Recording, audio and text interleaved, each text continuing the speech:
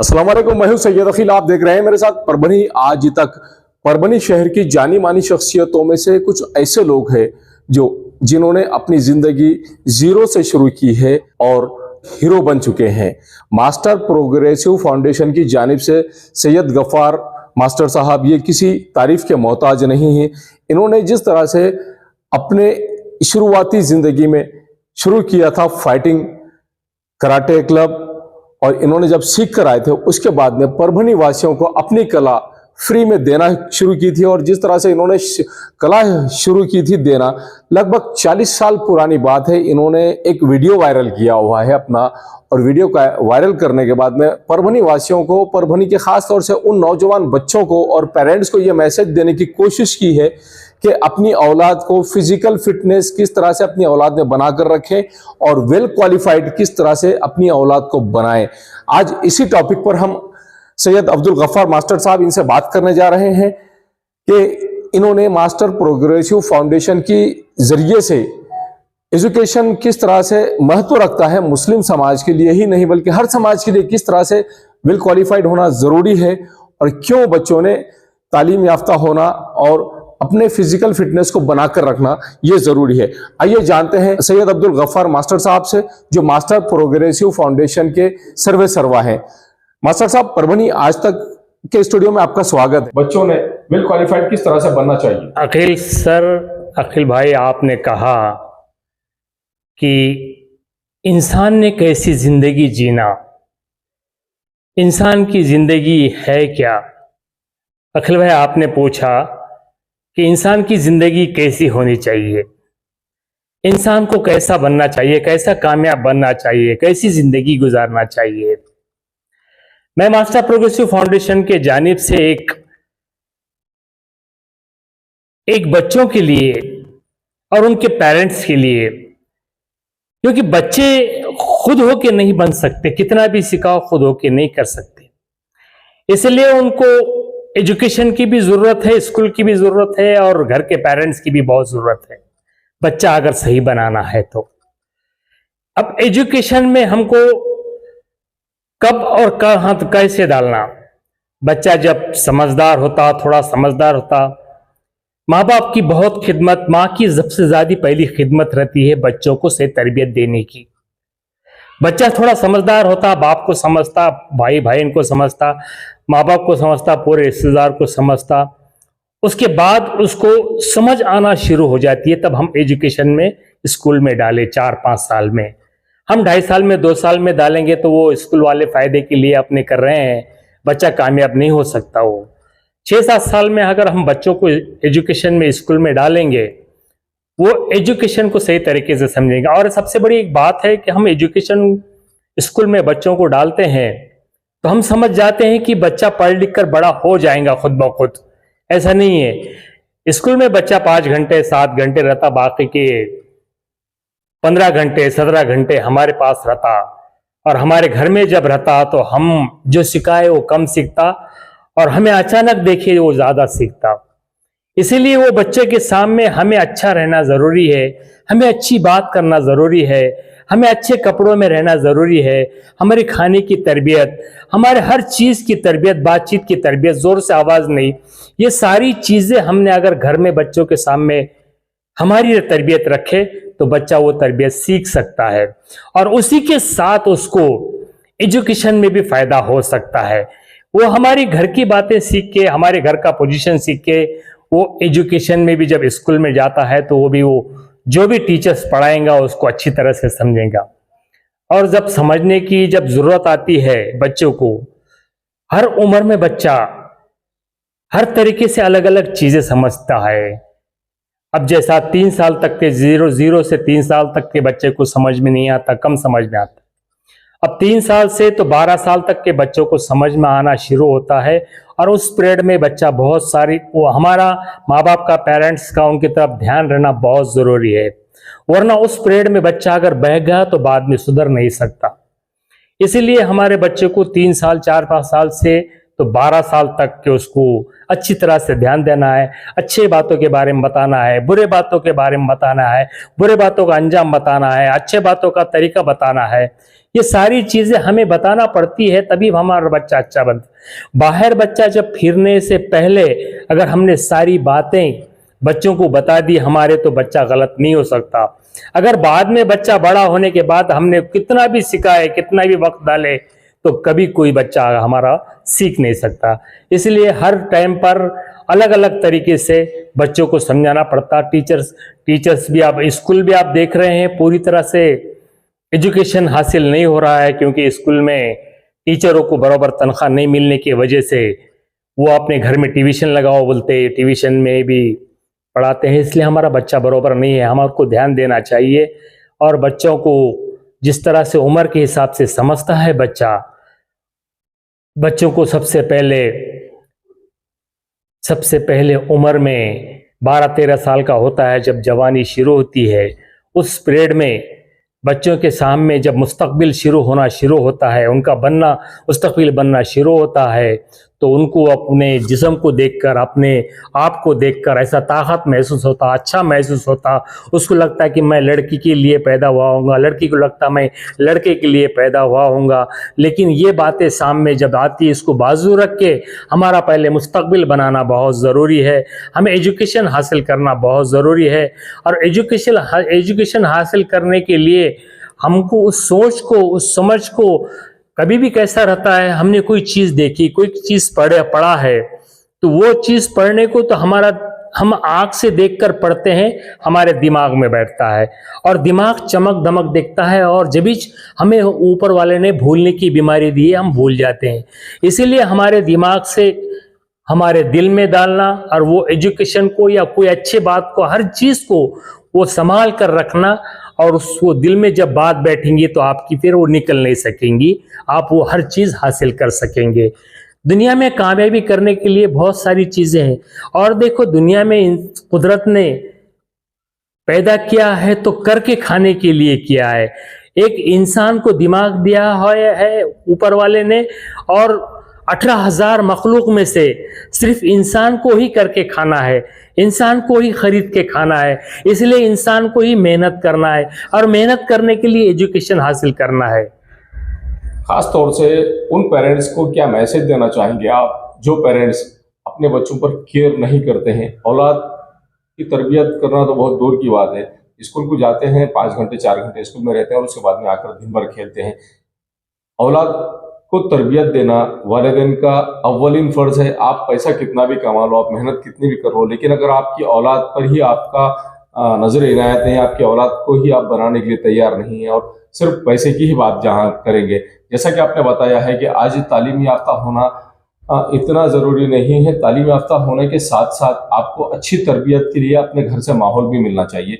उन पेरेंट्स को क्या मैसेज देना चाहेंगे आप? जैसा कि आपने बताया कि अल्लाह ने जब 18,000 मखलूक पैदा किए हैं, तो 18,000 मखलूक़ात में से सिर्फ इंसान ही एक ऐसी मखलूक है जिसे अक्ल दी गई है, जिसे समझ दी गई है, जिसे जज्बात दिए गए हैं, जो खाता है, कमाता है, अपने परिवार के लिए ज़िंदगी जीता है और परिवार के लिए मेहनत करता है। क्या मैसेज देना चाहेंगे हम हमारे व्यूअर्सकों को आप? अब पेरेंट्स को, माँ बाप को मैसेज बोले तो सबसे बड़ी बात है, इससे बड़ी बात ही नहीं है। अगर कोई बच्चा बनना चाहता है, अगर किसी ने चाहा कि मेरा बच्चा आगे चलकर बड़ा बने, मेरा बच्चा आगे चलकर कामयाब बने, मेरा बच्चा बुरे कामों से बचे, ये दुनिया में इतनी बुरी जो चीज़ें हो रही, वो हर चीज़ से बचकर सच्चाई हासिल कैसा करे और कामयाब कैसा हो, ये माँ बाप की ही जिम्मेदारी है। सबसे पहले बच्चे के ऊपर डिपेंड नहीं रहता है ये, क्योंकि बच्चा ना समझ कुदरत हमें देता है, ना समझ हमें देता है, तो हमें तरबियत देना पड़ती है, और माँ बाप को ही ज़्यादा तरबियत देना पड़ती है। मैंने जैसा बताया कि हम जो बच्चों को सिखाते हैं वो कम सीखते, और हमें जो अचानक देखते वो ज़्यादा सीखते। इसलिए सबसे पहले हमें घर में अच्छा रहना ज़रूरी है, हमें घर में साफ़ सुथरा रहना ज़रूरी है, हमारे बात के लहजे में हमारी मिठास होनी चाहिए।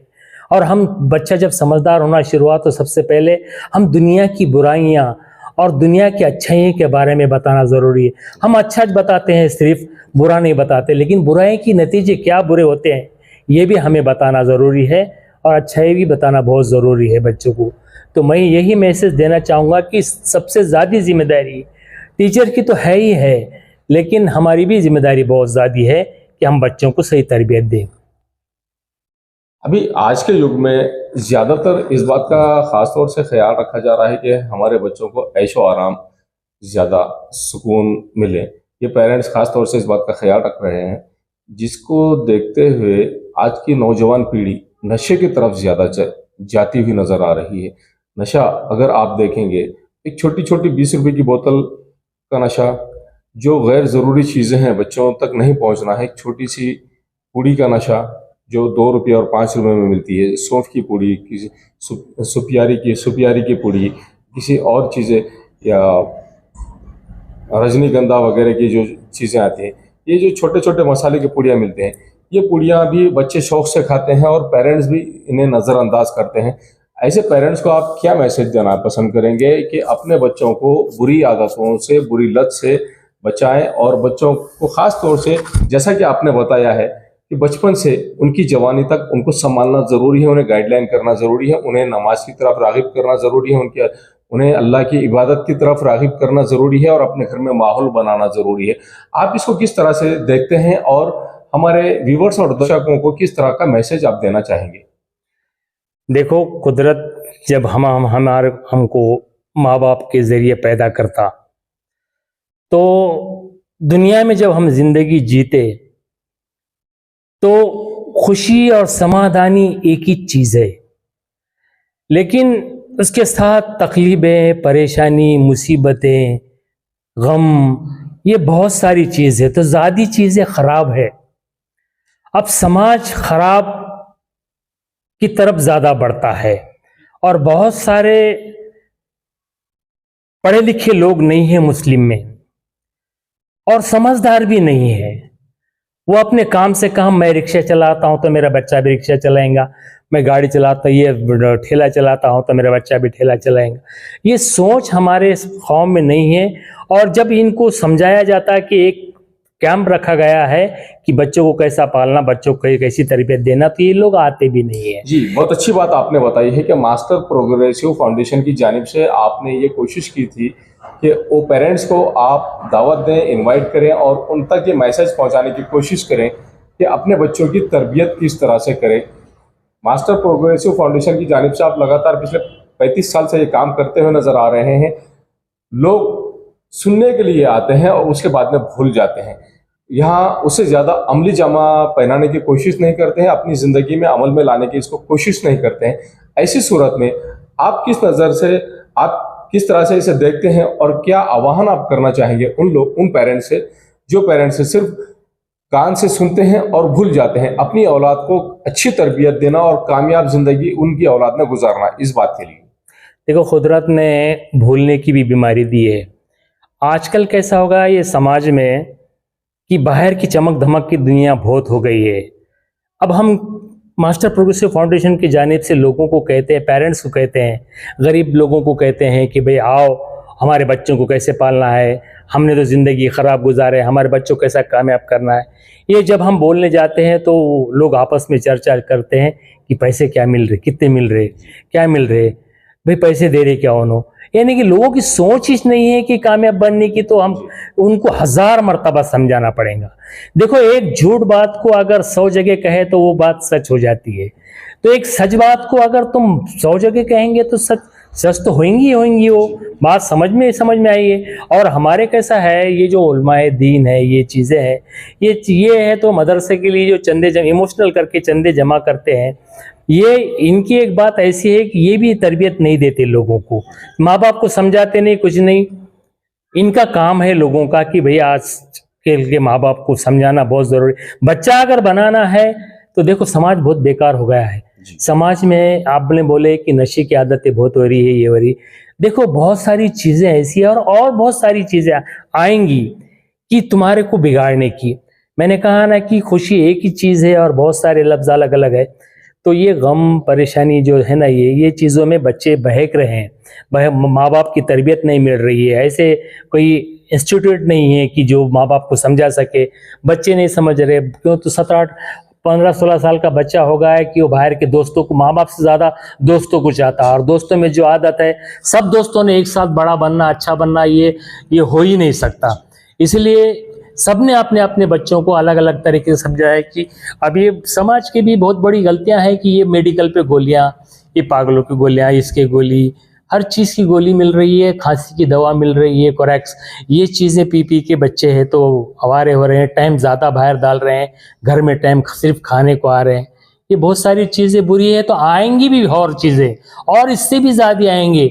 अब हमें हमारे बच्चों को बचाना है, हमारे बच्चों को बुराइयों से बचाना है। तो देखो, नशा बहुत बुरी चीज़ है, इससे बच्चे हमारे ख़त्म हो सकते हैं, जल्दी से उम्र जा सकती है इनकी, और हमें सहारा मिलने का कोई उम्मीद नहीं रहती। इसलिए हमें अगर बुढ़ापे में सहारा चाहिए, इसलिए अगर हमारे बच्चों को अच्छा देखना चाहते हैं तो ये सारी चीज़ों से बचाते हुए ज़्यादा से ज़्यादा टाइम बच्चों को देना चाहिए। ये लोगों ने हकीकत में परभनी शहर के दरगाह रोड, यहाँ पर ये दरगाह रोड आप पिछले 35 साल तो हो गए हैं अल्हम्दुलिल्लाह आपको इस दरगाह रोड पर आकर, और 35 साल में आपने इस दरगाह रोड पर ये माहौल देखा है कि जो नौजवान लड़के हैं ये नशे की तरफ ज़्यादा राग़िब हो रहे हैं। इसमें एक चीज़ की स्टडी आपने खुद में भी की होगी कि यहाँ पर वेल क्वालिफाइड मुस्लिम समाज के लोग हैं, जो नौकरी पेशा लोग हैं, ज़्यादातर पैसे वालों के बच्चे, जो पेरेंट्स जिनके कमाई करते हैं और बच्चों के लिए पैसा छोड़ देते हैं, ऐसे बच्चे पेरेंट्स के पास कम और अपने दोस्तों के साथ में ज़्यादा रहते हैं, और दोस्तों के साथ में ज़्यादा वक्त बिताने की वजह से इन्हें ज़्यादा आदतें लग रही हैं, शौक़ अलग अलग तरह के, जिसमें सबसे बड़ा शौक़ है मोबाइल का। मोबाइल पर गेम खेलना और ग्रुप बनाकर मोबाइल पर गेम खेलना। और मोबाइल एक ऐसी चीज़ है कि मोबाइल से अगर आपने उसका यूज़ किया, यूटिलाइजेशन किया, तो मोबाइल अच्छाई की तरफ भी लेकर जाता है और बुराई की तरफ भी लेकर जाता है। और क्रिमिनल माइंड के लोग, जितने सीरियल आप देखते हैं मोबाइल में, यूट्यूब पर क्राइम स्टोरीज बहुत सी आती है, लोग अक्सर वो क्राइम स्टोरीज भी देखते हैं और कुछ गेम्स भी देखते हैं।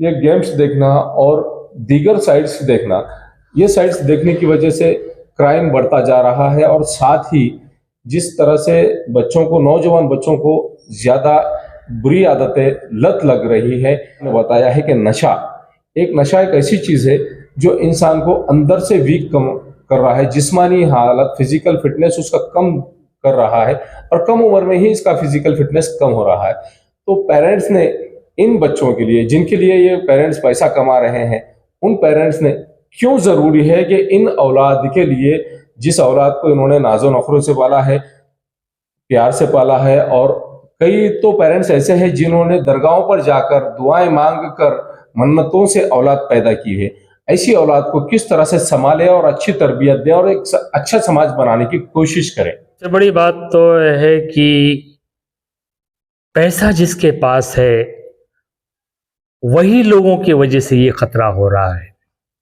क्योंकि उन्हें बुरा ना माने, लेकिन वो पैसे के घमंड में अपने औलाद को इतना ऐशो आराम देते कि बोलते हैं कि मैंने तकलीफ जो उठाया मेरे बच्चे नहीं उठाए। ये उनकी गलत फहमी है। बच्चों को आराम जितना दे रहे, वो बच्चे एक नई नई चीज ढूंढ रहे हैं, कोई काम नहीं कर रहे, घर में कोई चीज नहीं उठाते, रखते नहीं, देखते नहीं, करते नहीं। उनकी गंदगी, उनकी ये कपड़े सिर्फ बाहर अच्छे पहनने से नहीं जमने वाला है, ये इनकी गलती है लोगों की। इन लोगों ने भी अपने बच्चों को सही तरबियत देना, तो फिर छोटे लोग भी अपने, मैं तो बोलता हूँ कि गरीब लोगों में तो भी थोड़ी तो भी है कुछ बात कि भाई वो सीख सकते हैं, उनके पास पैसा नहीं है, लेकिन ये बड़े लोगों के जो बच्चे हैं, इन्होंने अपने आप बच्चों को खुला छोड़ा है। इनको जो मांगे वो दे रहे हैं, जो मांगे वो आसानी से कर रहे हैं। इनको अब क्या, पड़ोसी से, इनसे बड़ा पड़ोसी ने ये लाया तो मैं उससे बड़ा लूंगा, उन्होंने लाया तो इससे बड़ा, ये जो कंपटीशन शुरू हो गया बड़े लोगों में, ये जो घमंडपना शुरू हो गया, इसके वजह से ये बच्चे हैं ना, ये बड़े लोगों के बच्चे, ये नस्ल खराब हो रही है। और ये नस्ल खराब होगी ना तो इनकी उम्रें भी घटेंगी, और उम्रें भी घटेंगी, और ये फिर आगे चल के नामर्द भी होने की कोशिश डगार पर रहेंगे।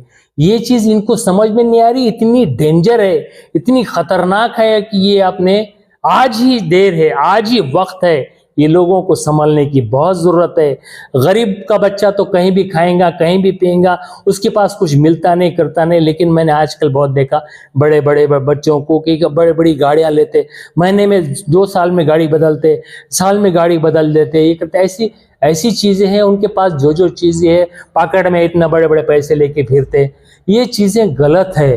भाई हर चीज दो तुम, लेकिन उसको यूज कैसा करे ये समझाओ, उनको इस्तेमाल कैसा करे ये समझाओ, उनको बुरी आदत से बचाओ, उनको बुरी आदत से नुकसान क्या होंगे ये बताओ। इनके लिए वो लोगों ने जो अपने बच्चों को खर्च करते हैं, वो लोगों ने अपने बच्चों को वो खर्च के हिसाब से टाइम भी देना चाहिए। उन्होंने अगर घंटा 2 घंटा भी रोज बच्चों को दिया तो ये ऐसी नौबत नहीं आती कभी। अब आपने एक बात ये बताई है, इस बात में अपनी मुलाकात में ही एक मैसेज आपने ये भी दिया है समाज को कि नशा करते हुए कुछ ऐसे अंदेशे नजर आ रहे हैं कि कुछ नौजवान बच्चे जो नामर्दी की तरफ जा रहे हैं। अब इसमें हम दूसरे रुख पर आते हैं कि लड़कों के बारे में तो आपने ये बात कही है, जिसकी वजह से मुस्लिम समाज की लड़कियां मुर्तद होती हुई नजर आ रही हैं।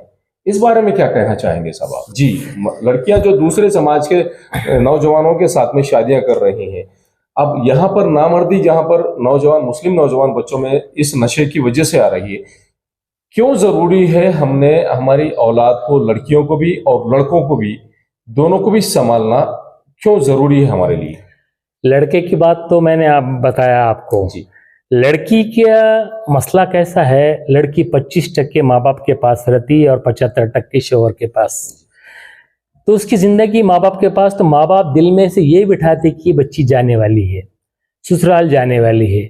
इसके लिए उसके तरफ ध्यान नहीं रहता, उसकी तरफ उतना ये नहीं रहता। सिर्फ पकाना और सिखाने से नहीं जमता, तरबियत भी सिखाना पड़ती, शोहर के साथ कैसा रहना, ससुराल के साथ कैसा रहना, कैसी बात करना। भाई ठीक है, तुम्हारे ज़माने हिसाब से मोबाइल ले रहे, बड़ा सा बड़ा मोबाइल ले रहे, बड़े से बड़ी चीज़ें। अब ये मोबाइल मोबाइल कैसा है, अच्छा भी बनाता है और बुरा ज़्यादा बनाता है। तो ये बुराइयाँ चीज़ें उसमें बहुत सारी है। उस चीज़ से तुम बच्चे हमारे समझ के कोई चीज़ को गलत अगर महसूस करते रहेंगे तो वो बच्चे के लिए नुकसान होने वाला है।